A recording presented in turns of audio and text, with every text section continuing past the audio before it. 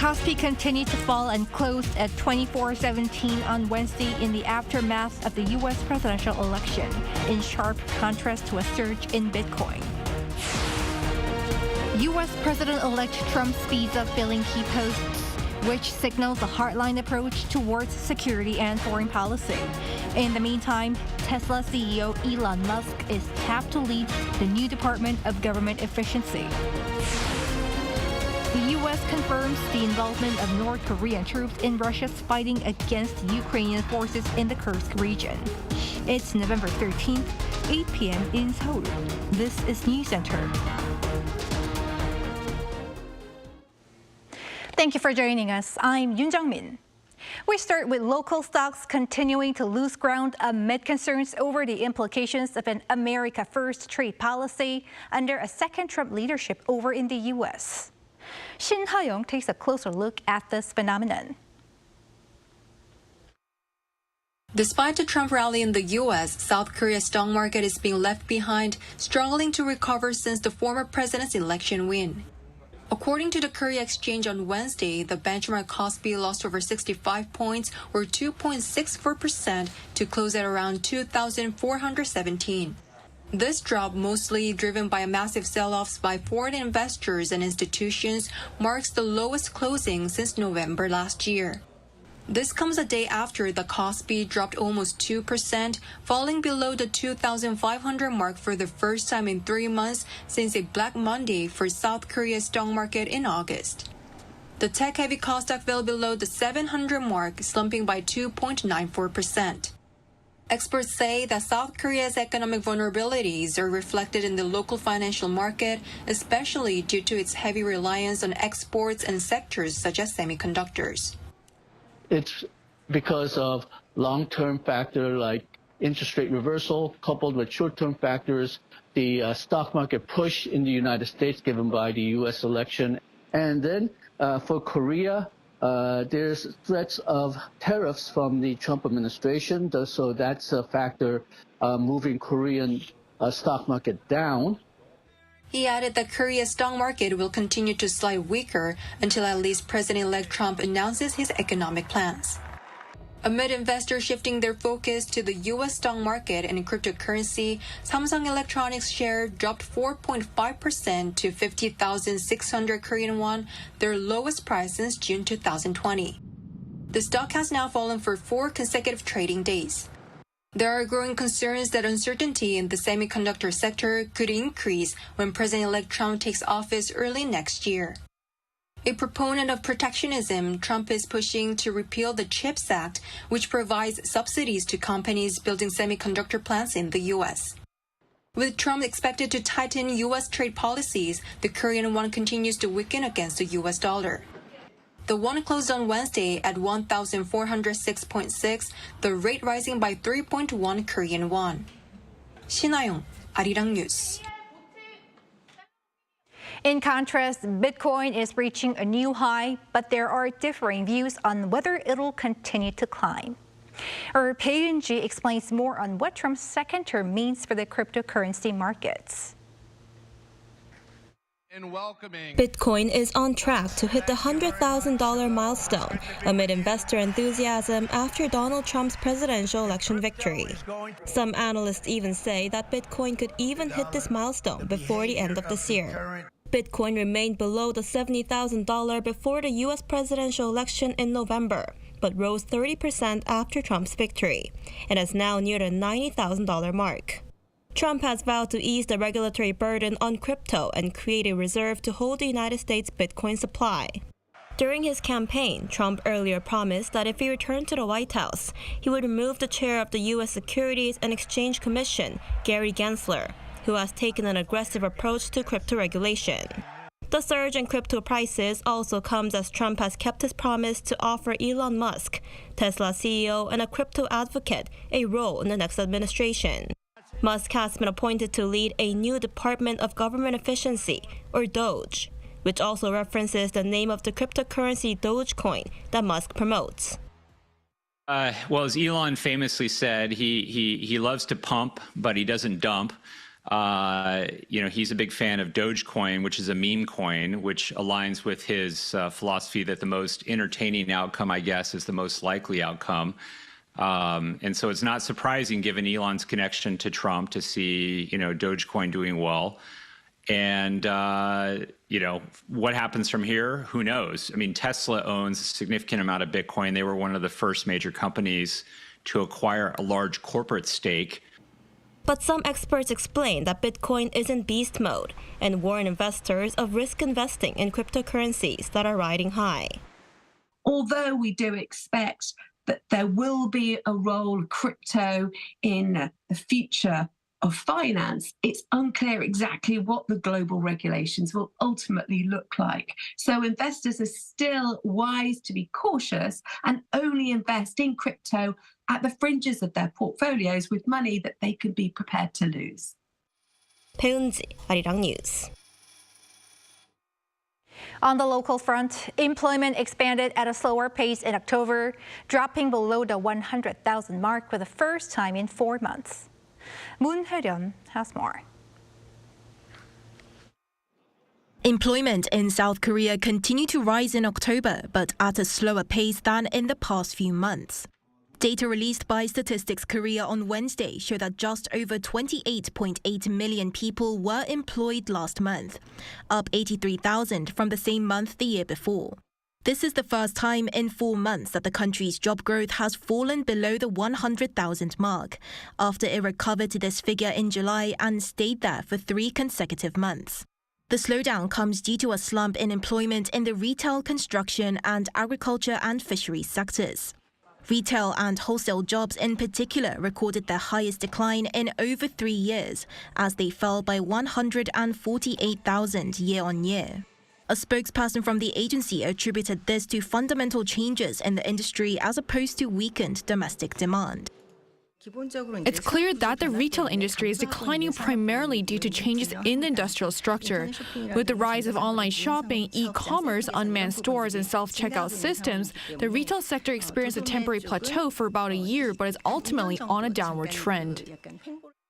Employment in retail and wholesale has been falling for 8 consecutive months, and jobs in construction for 6 straight months. During a joint task force meeting with related ministries on Wednesday, the Ministry of Economy and Finance pledged to actively provide necessary support measures for industries with poor employment, including construction. On the other hand, the healthcare and education service sectors added jobs year-on-year by 97,000 and 84,000 respectively. South Korea's employment landscape is also presenting a mixed bag, with a notable divergence between the younger and older generations. While older workers are increasingly filling job vacancies, the youth employment rate continues to decline. Individuals aged 60 and above saw a significant increase of 257,000 in employment, while those aged between 15 and 29 years old fell by 182,000, marking 24 months of a consecutive decline. Moon Hye-ryun, Arirang News. Hanhwa Ocean has signed a second deal with the U.S. Navy to carry out the maintenance, repair, and overhaul, or MRO, of the 31,000-ton replenishment oiler U.S. naval ship Yukon. This follows the first MRO contract the major shipbuilding company had with the U.S. Navy for the logistics support ship Wally Schirra that it won in August. Yukon is expected to return to the U.S. Navy by April after the comprehensive maintenance. MRO services provide steady revenue for shipbuilders as it's seen as life cycle management. With the deal clinched, experts are seeing this as proof that South Korea has positioned itself as a key player with the U.S. Navy, which accounts for more than 1/3 of the global naval MRO market.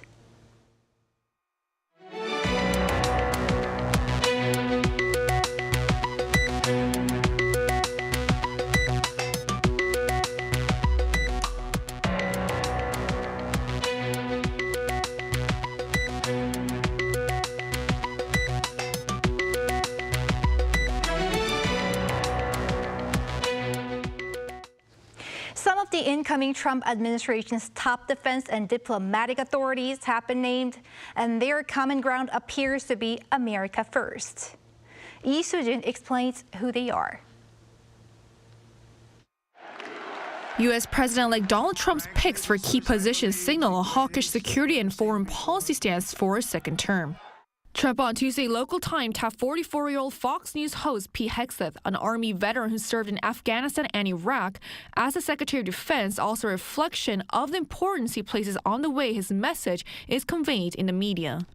This follows Trump naming military veteran and Florida Representative Mike Waltz, who had been mentioned as a candidate for the defense secretary position, as his national security advisor. Trump in a statement said that Waltz had been a strong champion of his America First foreign policy agenda and calling him a nationally recognized leader in national security, as well as an expert on threats posed by China, Russia, Iran, and global terrorism. Waltz, a 50-year-old Florida native, served for 27 years in the U.S. Army Special Forces and the U.S. National Guard, serving multiple combat tours in Afghanistan, the Middle East, and Africa before being elected to Congress in 2018. Waltz's selection indicates that the Trump administration will take a hardline stance with China, as Waltz has openly called China an existential threat to U.S. interests. And when asked about how Trump might respond to North Korea supplying Russia with weapons, he said that those shipments should be intercepted, also suggesting secondary sanctions on Chinese and Russian energy companies that fund North Korea. Trump also announced on Tuesday that he has nominated 69-year-old former Arkansas Governor Mike Huckabee, a staunch supporter of Israel, as the next ambassador to Israel. The nomination comes as Trump pledged on the campaign trail to align U.S. foreign policy more with Israel's. He also chose another longtime Trump loyalist, 52-year-old South Dakota Governor Kristi Noem, to lead the border and immigration crackdown as his next Secretary of the Department of Homeland Security. And Florida Senator and China hawk Marco Rubio is being seen as a likely pick for Trump's Secretary of State, further adding to expectations that U.S. foreign and national security policy priorities will take a tougher stance on global conflicts. 이수진, Arirang News. Everyday Americans. Meanwhile, tech billionaire Elon Musk and former Republican presidential candidate Vivek Ramaswamy have joined the Trump team in an apparent attempt to drastically reduce the size of government. Choi Soo-hyung has more. Elon Musk, the Tesla CEO, has joined the second Donald Trump administration. On Tuesday local time, President-elect Trump announced in a statement that Musk and Vivek Ramaswamy would lead a new Department of Government Efficiency. Trump stated that both will pave the way to dismantle government bureaucracies, slash access regulations, cut wasteful expenditure, and restructure federal agencies for his administration. He stressed this will be the core of the Save America movement. Ramaswamy, the co-leader with Musk, is an Indian-American biotechnology entrepreneur. He was a former Republican primary candidate but participated in the presidential race with Trump. Notably, at the Republican National Convention held in Milwaukee, Wisconsin in July, he called for strengthening relationship with allies like South Korea to reduce dependency on China. The exact form of the new department is still unclear. However, Trump promised drastic change to the federal government. He stated that it would provide advice and guidance from outside of government to reduce spending and address bureaucracies. He also promised during his campaign to cut as many as 100,000 government positions, now a task assigned to Musk and Ramaswamy. Meanwhile, Musk, who has quickly risen as one of Trump's closest allies, is expanding his influence in the second term even more broadly with this new appointment. Choi Soo-hyung, Arirang News. Shifting gears, the U.S. has confirmed the involvement of North Korean troops in Russia's military offensive against Ukraine. South Korea's intel agency has a similar assessment. Our North Korean affairs correspondent Kim Jong-sil reports. The U.S. State Department says North Korean soldiers are now fighting alongside Russian forces against Ukraine. Principal Deputy Spokesperson Vedant Patel confirmed Tuesday local time that over 10,000 North Korean troops have been sent to Russia, with most stationed in the contested Kursk region. Patel noted that Russia faces challenges in working with these forces, including interoperability and language barriers. However, experts in South Korea suggest that may not be a significant issue. Because the front line is so wide, North Korean troops can be used wherever they're needed, either as a kind of vanguard or even as cannon fodder in frontline positions. So the language barrier likely won't be a significant issue. Professor Zhang also explained the motivation behind Russia's all-out efforts in the Kursk region. Essentially, they want to prevent any loss of their own territory while quickly neutralizing risks. Their goal is to secure more of the 20% of land they occupy without losing any of their existing territory. The Russian and North Korean forces' offensive in Kursk appears to be accelerating in line with the re-election of President-elect Donald Trump, who has been promising to put an early end to the war in Ukraine. This has sparked concerns across Europe, with NATO Secretary General Mark Rutte raising the alarm on Tuesday. Russia working together with North Korea, Iran and China is not only threatening Europe, it threatens peace and security, yes, here in Europe, but also in the Indo-Pacific and in North America. We need to raise the cost for Putin and is enabling authoritarian friends by providing Ukraine with the support it needs to change the trajectory of the conflict. Experts say Europe may be concerned as the U.S. could weaken its commitment to European defense, especially with the return of Trump. If you look at the new nominee for the U.S. Secretary of Defense, who has been advocating for cuts to overseas troops, a reduction in Ukraine support could signal a shift in U.S. policy, weakening its commitment to Europe. Meanwhile, the National Intelligence Service also confirmed Wednesday evening that North Korean troops deployed to Russia are, quote, assessed to be already engaged in combat. It added that these forces moved to the Kursk region over the past 2 weeks. Kim Jong-sil, Arirang News. In modern warfare, where combat may involve fewer personnel, using unmanned aerial vehicles has become crucial. With this in mind, the Navy launched a fixed-wing drone in the first test of its kind from a ship. Our defense correspondent Kim Bo-kyung tells us more. A prototype Mojave drone was launched from the 14,000-ton landing platform helicopter ship ROKS Dokdo. After flying for an hour over the East Sea, the drone safely landed on a runway at the Naval Air Command in Pohang. This marks the first time a fixed-wing drone, not a rotary-powered one, has taken off from the Dokdo's flight deck. The UAV was assembled on the ship and underwent a week-long testing before the demonstration flight on Tuesday. Such a warfighting experiment is part of the Korean Navy's efforts to establish integrated manned-unmanned combat systems at sea, aiming to secure and deploy unmanned aerial assets at the earliest possible stage. Fixed-wing drones have advantages in effective maritime operations due to their faster speed and wider operational range compared to rotary-powered ones. Up until now, however, as most fixed-wing drones need long land-based runways, their use on ships has been limited. Now, with this experiment, the Navy has taken a step forward.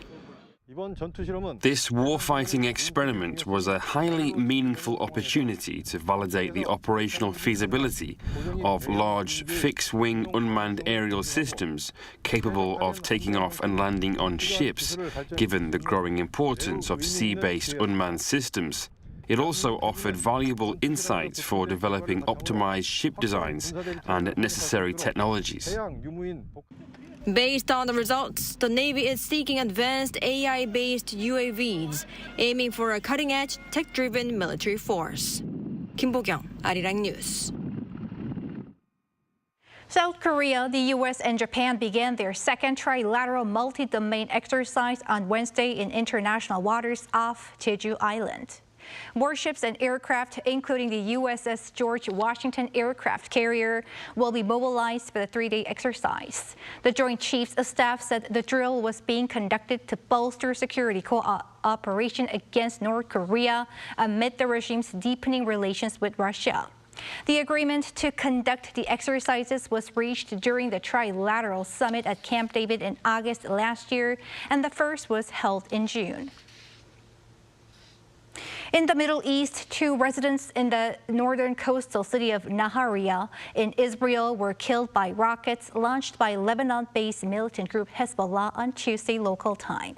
According to Israeli authorities, both of the fatalities were men in their 50s, and 2 other men in their 30s were also hurt in another impact.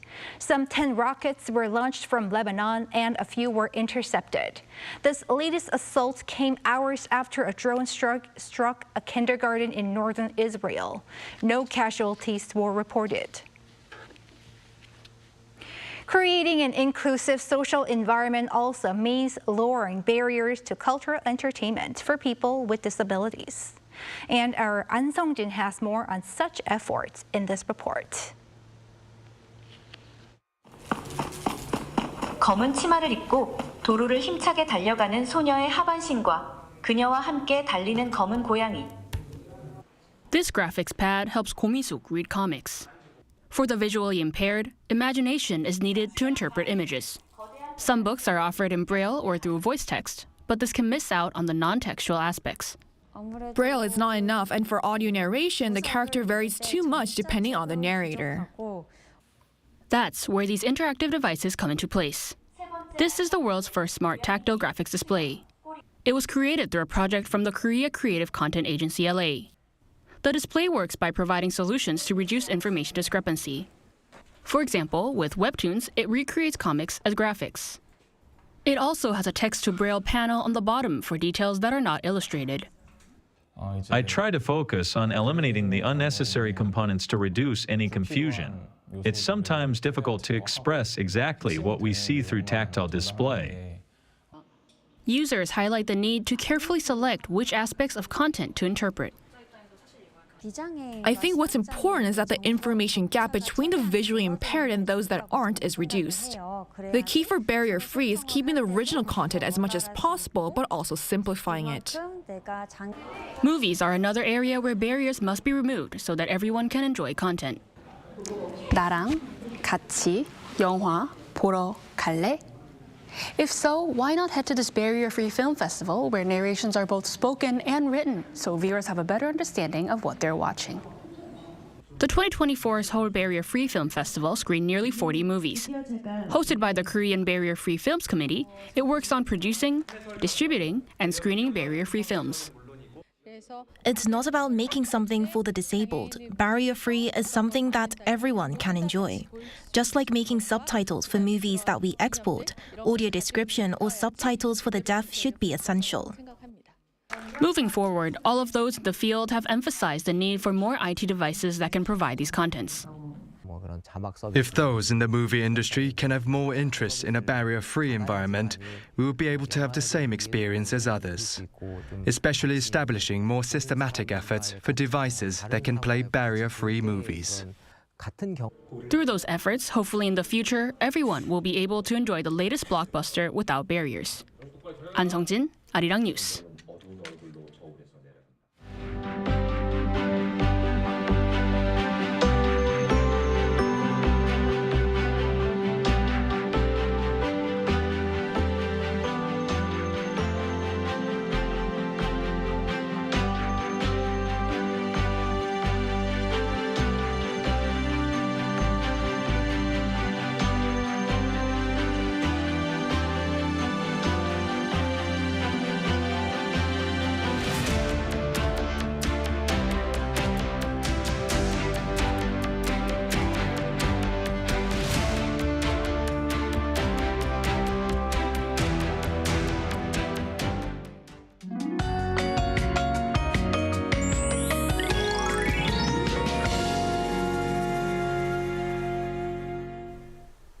It's not like late autumn.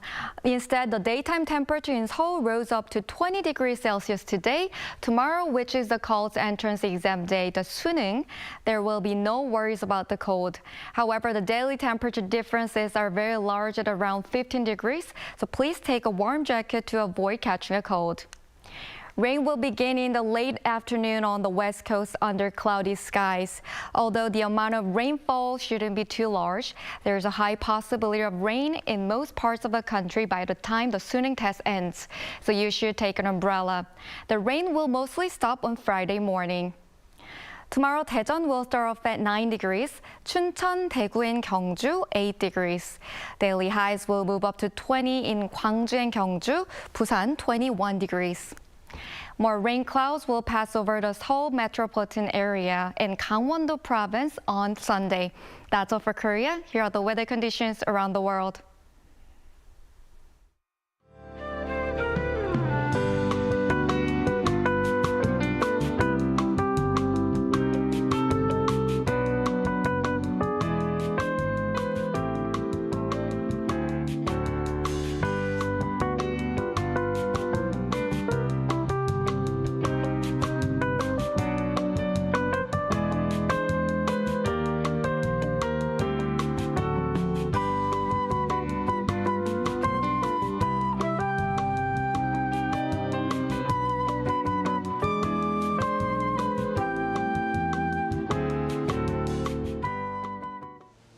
That is Newscenter for tonight. Thank you for watching. A panel session up next.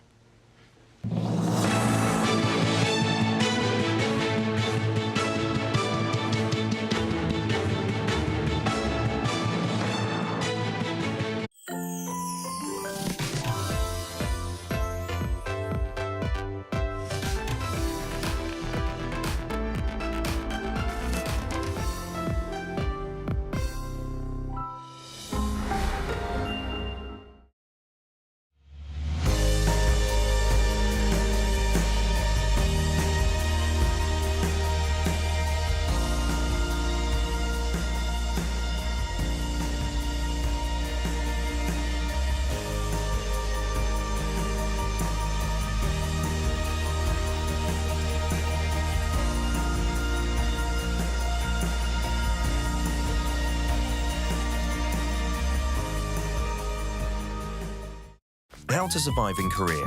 Weddings. Step 0. Attire.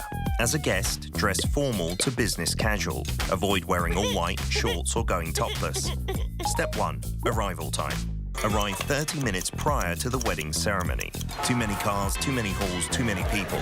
There are many twists and turns. Take pictures and shake hands. And write your name vertically, not horizontally, in the guest book. Step 2.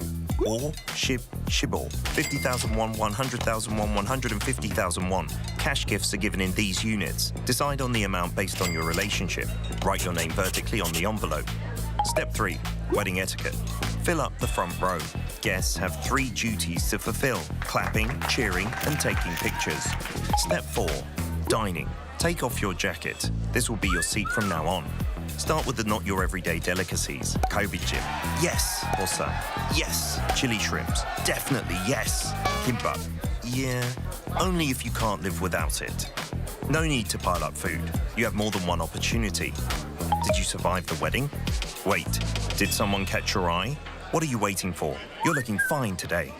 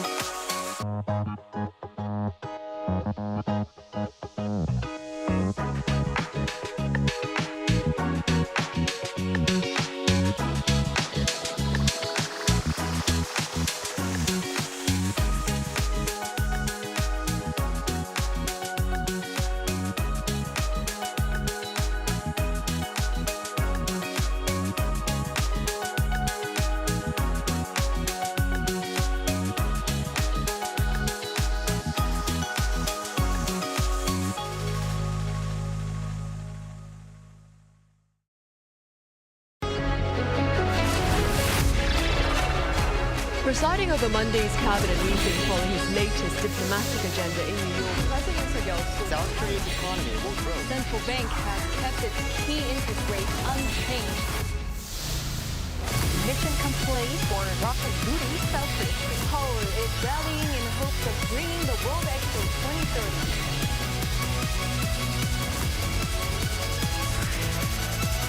아리랑.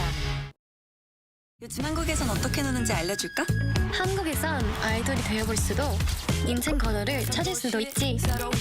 제일 핫한 포토 스팟은 여기.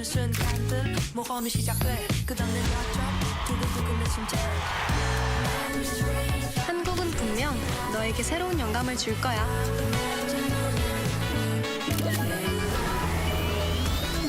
이런 한국, 와보지 않고는 모를걸? 진짜 한국에선 어떻게 먹는지 알려줄까? K-바비큐? 신김치랑 먹어야지. 치킨? 치맥 페스티벌은 처음이지? 김치? 종류만큼 먹는 법도 가지각색. 김밥?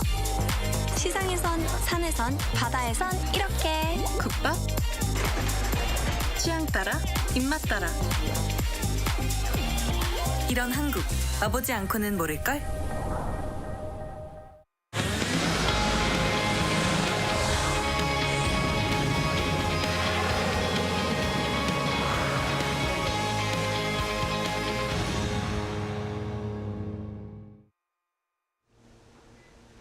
Hello and welcome to Within the Frame, where we bring today's most pressing global issues into focus. I'm Kim Mo-gyeon. Donald Trump's new administration is taking shape. The president-elect announced Tuesday that he has chosen Fox News Channel host Pete Hegseth to be his defense secretary, calling him a warrior for the troops and for the country. Hegseth is set to face a range of critical security challenges, including North Korea's growing military threats, Russia's ongoing war in Ukraine, and instability in the Middle East. South Korea is closely monitoring the appointment, particularly regarding the future of Seoul-Washington joint deterrence efforts against North Korea's nuclear missile threats under the incoming Trump administration. So will the second Trump administration inherit deterrence policy programs launched under the Biden administration? And how will Trump's re-election shape security on the Korean Peninsula? For answers to this, we invite Bruce Bennett, adjunct defense researcher at U.S.-based think tank RAND Corporation, in the studio. Welcome to the program. Thank you very much. My pleasure. Thank you for coming in. So let's first start with the latest appointment by President-elect Trump. So first, the defense secretary nominee needs to get approval from the Senate first. But even so, could you give us some background on who this figure is? Well, before tonight, I'd never heard of him. So I don't think he's a well-known individual within the U.S. national security community. That said, what I've read about him, he's got an important background. I mean, having served in the National Guard, having fulfilled active duty assignments by volunteering, suggests that he's an individual who's in tune with the soldiers who actually are involved in fighting. That's a really good background for a defense secretary. He's sensitive to the needs of his troops. He's sensitive to the needs of his boss. So that's a good background. Hopefully, things work out well. So now with the incoming Trump administration, unlike President Biden, who prioritized trilateral cooperation between Seoul, Washington, and Tokyo, President Trump is expected to have a different approach to alliance. With Trump's latest appointments in mind, what are your expectations for the trilateral alliance under the Trump's second term? Well, I think we have to remember two things. One, Trump 2.0 isn't going to be Trump 1.0. He's learned things since then. He'll be different. Second thing to remember is over the last year, he's been candidate Trump, not President Trump. And as candidate Trump, he was trying to pull in votes from the American voters. So he was saying a lot of things about allies and others that would resonate with American voters, but not with the allies. Now that he's president, it's hard to tell exactly how he is going to proceed. There are a lot of reasons for believing that he will actually be delighted by the trilateral cooperation in the Western Pacific. But Trump is Trump. He changes his mind from time to time. And so I think we just have to wait and see how he proceeds. But this is not his most important issue on defense. So we may take a number of weeks or months before we get a good sense.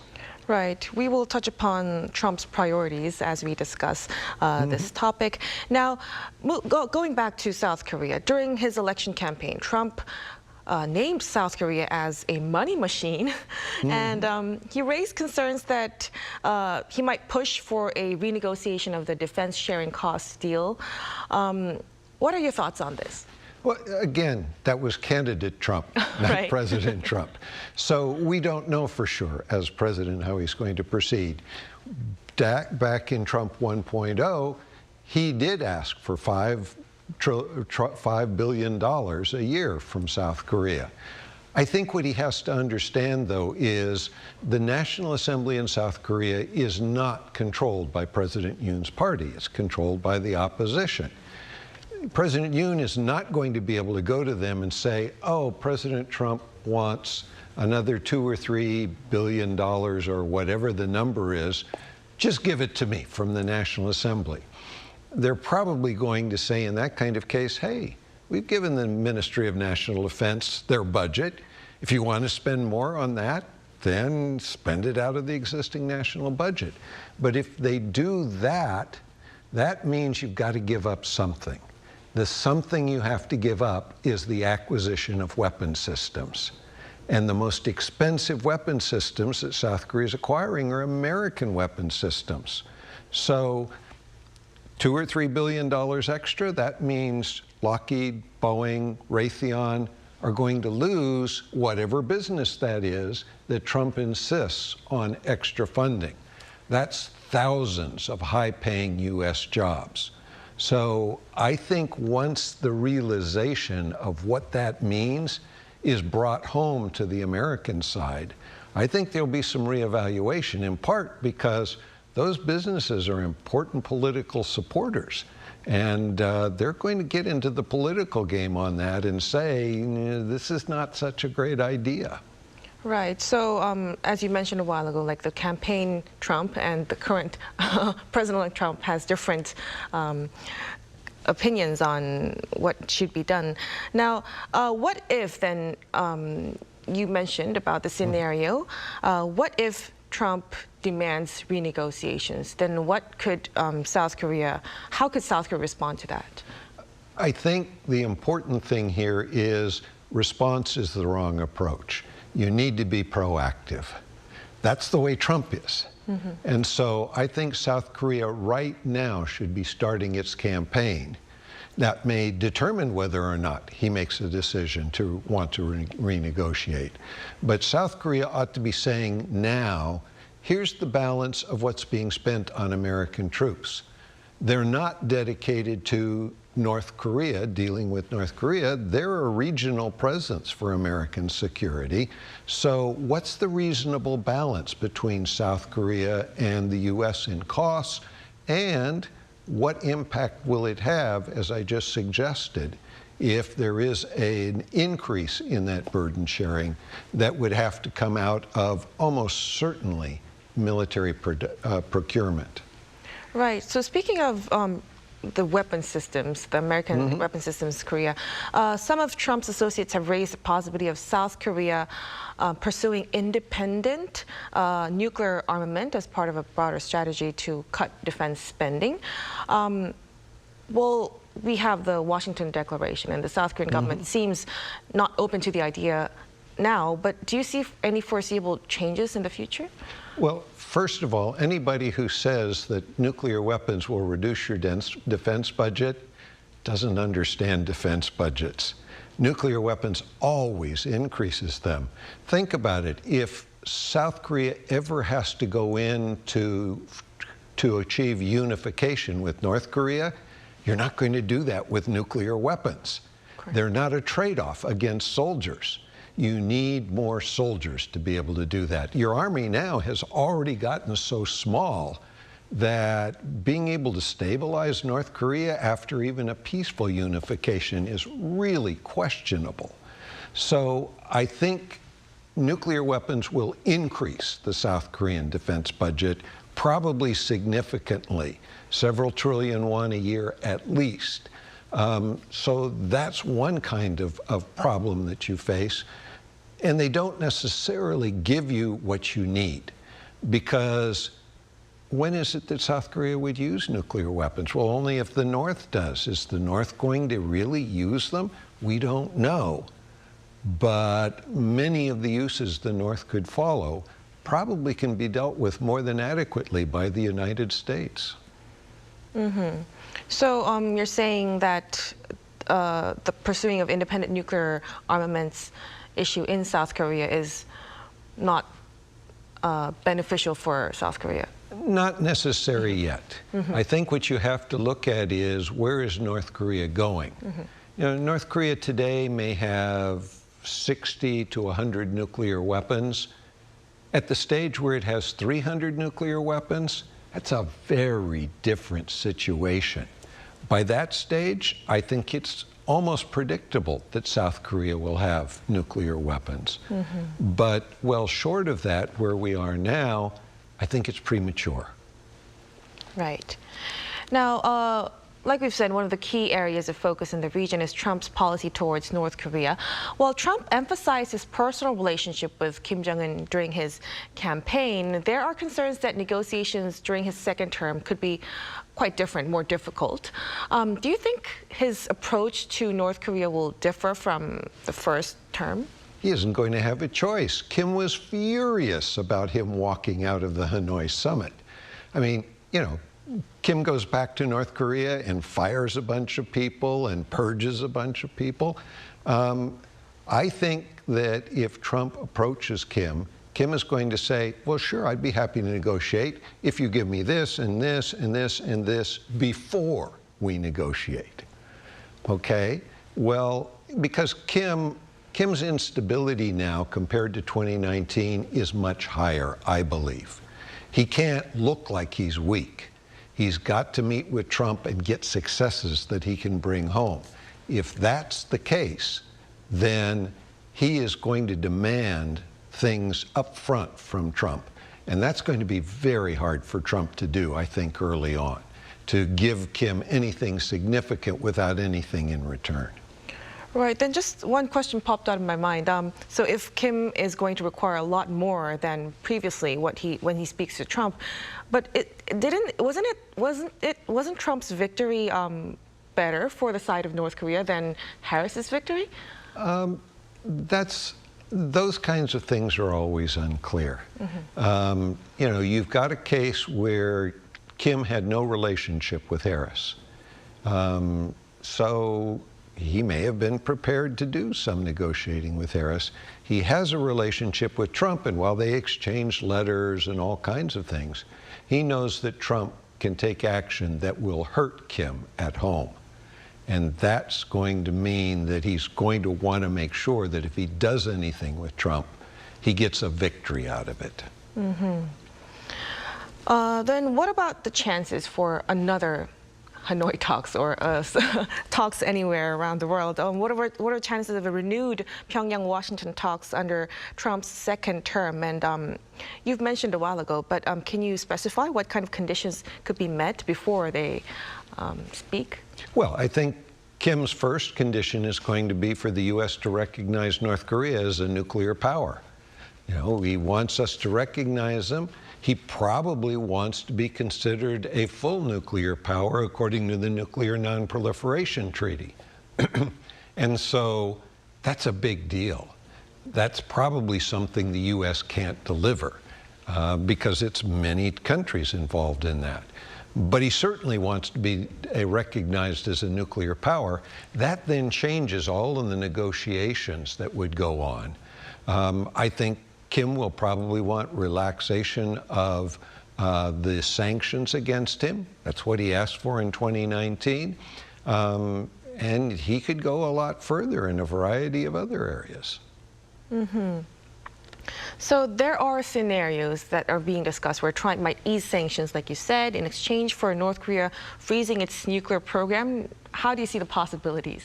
Well, I think if you look public opinion polls in either the United States or South Korea, the chances of North Korean denuclearization are almost zero. Maybe as a long-term objective, 30, 50, 100 years from now, but for the immediate future isn't going to happen. On the other hand, Kim has made it very clear that he's headed for 300 to 500 nuclear weapons. That's a disaster for Korean security. So a freeze of North Korean nuclear production is actually a good outcome. It's something we ought to be prepared to trade to accomplish. Not many people are saying that, but that's, I think, the reality. So we need to start thinking about what it is we're prepared to trade for that kind of outcome. Right, and that could be the lifting of sanctions. It could be lifting of sanctions, yes. And it could be a number of other things, too. Right, and given the current state of inter-Korean relations, there's concern that South Korea might be sidelined if U.S. and North Korea restarts talks. How should the South Korean government prepare to ensure it remains a key player in the dialogue? I think, once again, this is a case of don't react, be proactive. I think South Korea needs to put forward to the United States what they think reasonable negotiating positions are, what they think they need in terms of, Kim is likely not to freeze all of its nuclear program. What are the key things that South Korea would like to see frozen? And what they think you should be willing to trade to get those. I think that needs to be done very quickly, within the next few weeks, before you get the Trump administration in office with their people, so that those are ideas that the Americans have to start thinking about. Because at this stage, you've got Russia, you've got the Middle East. Korea is not the immediate priority, probably, in the defense area. Right. So there are sayings, and many people are concerned that North Korea's nuclear issue could be put to the back because of issues like from war in Ukraine and Middle East. Then what could we do from South Korea's perspective? Again, this is the kind of thing where it needs to be proactive. The key here is our decision makers. First of all, the president doesn't make all the decisions. Trump will want to make more than Biden did. But in reality, it's not even the Secretary of Defense, it's somebody under him who makes many of the decisions, subject to review by the Secretary, subject to review by the President, but those people make a difference. So Korea ought to be watching who is being nominated for those positions. It may yet be months before they're in place, but they should be preparing ideas. And one of the difficulties in any negotiation or defense issue is, how is it that we deal with the North? What are some ideas that we can use to deal with the North? How do we convince North Korea that they ought to freeze? Well, one of the things we can do is not just say we're prepared to reduce sanctions. We're prepared to take the U.S. nuclear weapons storage in Korea, which hasn't been used since 1991, and modernize it if North Korea doesn't stop nuclear production at this facility and that facility. Those are things which are different ideas and would give the combined U.S. and ROK governments opportunities to then work together with Kim to try to convince him that it's in his interest and China's interest and the political interest of South Korea to take those actions. So, for instance, the example that you've mentioned, then wouldn't the Trump administration be worried about North Korea's potential retaliation against that? There is always, the American side always worries about adversary escalation. The reality, though, is, are we better off dealing with North Korea today when they have 50 to 80 or so nuclear weapons, or dealing with North Korea when they have 300?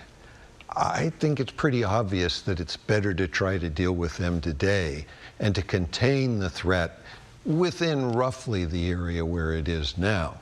I think this is one of those cases where kicking the can down the road is a really bad idea. And yes, there are risks. But there, what we have to be prepared to do is say, yes, Kim, we know you could escalate. If you do, here are the consequences for you if you escalate. If you're playing a game like Go or chess, and you're only thinking about the next move, you're going to lose. You've got to be thinking 2 or 3 or 4 moves ahead. That's a key part of making things like this work. Right. So we have to be proactive, as you said. Exactly. And think about many ways that we could speak and negotiate with North Korea. Now, when Trump returns to power, then what kind of adjustments should South Korea make to its North Korea, China, and Russia policies to maintain stability in the peninsula? Well, I think there are a variety of things that need to be looked at in this kind of area. Number one, with Russia, North Korea has sent presumably about 12,000 troops to Russia to fight in Ukraine. I think this is Kim testing the water. I worry that 12,000 isn't the number he's going to send eventually. I think the number is going to be up to 50,000 or so. So I think South Korea should be approaching Russia and saying, you're giving military technology to North Korea in exchange for the troops. That is hurting our security. So you're giving us no choice. We're going to send artillery or whatever to Ukraine that hurts your security until you stop. So here's the trade-off we're prepared to make. We're not just going to accept you doing this. I think with regard to China, we need to be saying, isn't North Korea your worst nightmare?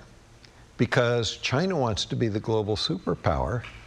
Can it be a global superpower if a country like North Korea doesn't do what China tells it to do? Because North Korea almost never does what China tells North Korea to do.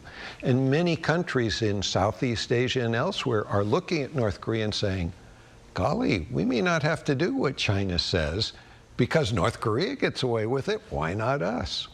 So I think South Korea has got to be trying to demonstrate to China that it is a much more reliable partner than North Korea.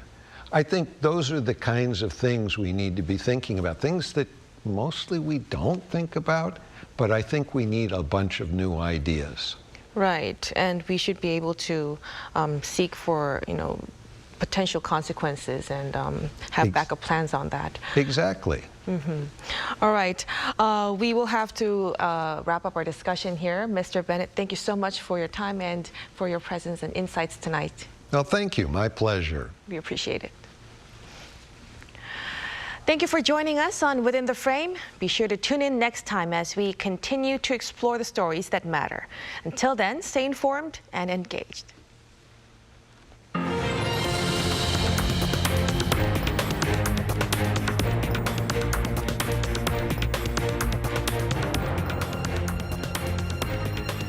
요즘 한국에선 어떻게 노는지 짠! 아이돌이 되어볼 수도 인생 커널을 찾을 수도 있지. 제일 핫한 포토 스팟은 여기. 모험이 시작돼. 끝없는 여정 두근두근 내 심장.